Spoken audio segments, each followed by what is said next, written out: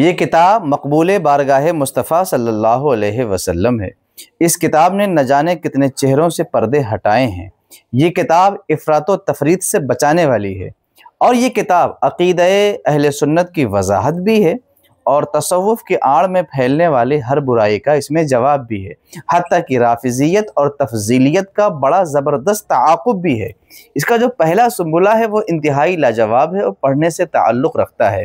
اچھا، عرض یہ ہے کہ اس کتاب پر کچھ اعتراضات بھی لوگوں کے ہیں، جس کا جواب عرصے سے دیا جا رہا ہے۔ اعلیٰ حضرت نے فتاوی رضویہ میں، اصح التواریخ وغیرہ میں اور دیگر کتابوں میں اس کتاب پر جو اعتراضات ہوئے ان کا جواب وہاں موجود ہے۔ ہاں، یہ بات ضرور ہے کہ اس کتاب کے جو قدیم نسخے ہیں اسے اگر تلاش کیا جائے اور تلاش کرنے کے بعد سب کا آپس میں تقابل کر لیا جائے تو جو الحاقات ہوئے ہیں، جو چھیڑ چھاڑ ہوا ہے، اس کی نشاندہی ہو جائے، اور پھر ایک نیا نسخہ، اور وہ نسخہ کچھ اس طرح سے ہو کہ فارسی نسخہ بھی شائع کیا جائے اور ساتھ ساتھ اس کا ترجمہ بھی شائع کیا جائے۔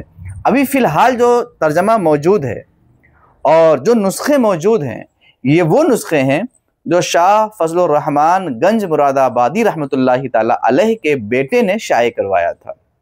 یہ اور بات ہے کہ اس نسخے میں کچھ خامیاں اور کوتاہیاں رہ گئی تھیں، اور ان کا اصلاح تاج الفحول علامہ شاہ عبد القادر بدایونی رحمۃ اللہ تعالی علیہ فرما رہے تھے، اور پھر اس کے بعد وہ نسخہ غائب ہوا، واللہ عالم بالصواب۔ لیکن اگر تلاش کیا جائے تو ہندوستان میں اور بیرون ملک میں اور پرانی لائبریریوں میں اس کے قدیم نسخے مل جائیں گے۔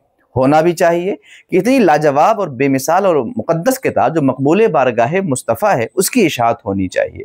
دوسری بات کہ یہ کتاب اکبری زمانے میں لکھی گئی، عہد اکبر کی کتاب ہے۔ اکبر بادشاہ کے زمانے میں رافضیت و تفضیلیت کو بڑا فروغ ملا، اور اکبر کے دربار میں کچھ جو بڑے لوگ شامل تھے ان میں اکثر رافضی تھے۔ شاہ فتح اللہ شیرازی ہوں، فتح اللہ گیلانی ہوں، قاضی نور اللہ شوستری ہو، ابو الفضل ہو، فیضی ہوں، یہ سارے حضرات رافضی خیال کے، رافضی عقیدے کے تھے، اور یہی وہ لوگ تھے جو اس کو بہکانے میں کافی پیش تھے۔ تو اکبری زمانے میں یعنی عہد اکبر میں یہ کتاب لکھی گئی، 969 ہجری میں لکھی گئی۔ اور آپ کو یہ بھی بتا دوں کہ اکبر کے عہد میں رد شیعت میں کئی کتابیں لکھی گئیں۔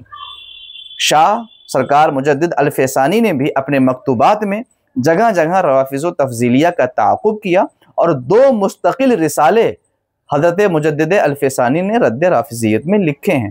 شاہ جہاں کے زمانے میں بھی رد رافضیت میں کتابیں لکھی گئیں، اورنگزیب کے زمانے میں بھی رد رافضیت پر مستقل کتابیں لکھی گئیں، حتیٰ کہ ہمایوں بادشاہ کے عہد میں بھی تطہیر الجنان، الصواعق محرقہ وغیرہ لکھی گئی، حتیٰ کہ تطہیر الجنان کو خود لکھنے کا حکم دینے والے ہمایوں بادشاہ ہی تھے۔